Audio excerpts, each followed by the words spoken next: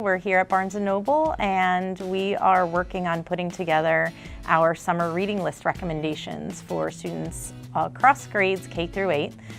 We know the importance of summer reading in preventing academic achievement loss over the summer, and we're excited to offer kids lists of titles that they're going to be enthusiastic about reading and selecting over the summer. There's plenty of lists out there. I mean, a quick Google search will return thousands of them, but what we feel like is special about our list is that we really think about our students and their interests in creating it.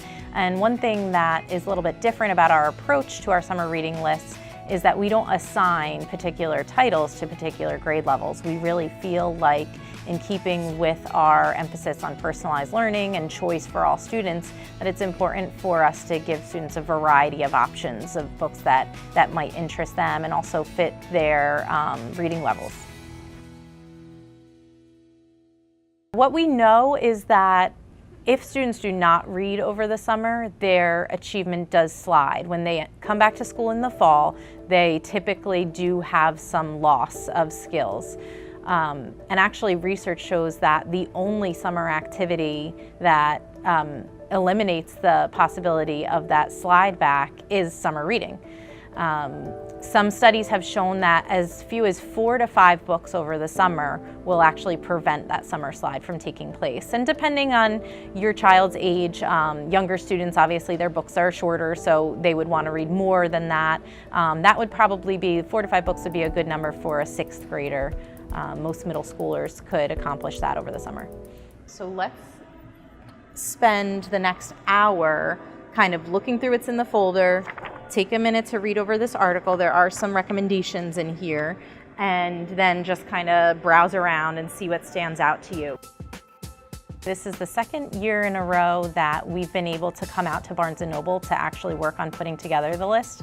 And that's been a really positive experience because we're building relationships within the community, and we're also right here surrounded by fantastic, fresh new literature. So our teachers and literacy coaches who are participating on the committee are able to just get up, go kind of peruse the selections and find books that they think are going to interest our kids. So when I'm looking for books for students, I really have to listen to them to see what they're interested in. It's a great way to get the pulse of what they're reading, and every year is different. Almost every month is different for them too.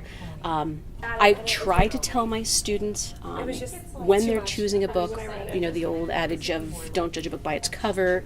This year they're into mystery, so I'll gravitate towards mystery. Fantasy, we're doing a fantasy unit right now, so Wings of Fire is a series that many of my students are reading. They're fascinated with ghosts, and I think that might also have to do with TV and all of the paranormal. I look at either the bestsellers or what catches my eye, or I read so many blogs of people that read books, and a lot of are educators that get the books before they actually come out. So they'll review them, and from that I'll keep a list and look, keep my eye on those books. I like to put fresh books on there because I think that, you always want to put the classics. We always keep the classics that kids love year after year after year, but then we look for the fresh books. The great thing about summer reading is that you have your own schedules and you can read on your own time. So we always like to recommend to parents that just have your child keep a book in the car. So when you're running around doing some errands, they can grab that book and take it out. If you're going to the doctor's office and you might be waiting in the waiting room, there's another great opportunity to sneak in some reading. So just think about all those kind of in-between times. It doesn't necessarily have to be a scheduled time in your day, but there's always a few minutes that you can eke out here and there to just get a couple pages under your belt.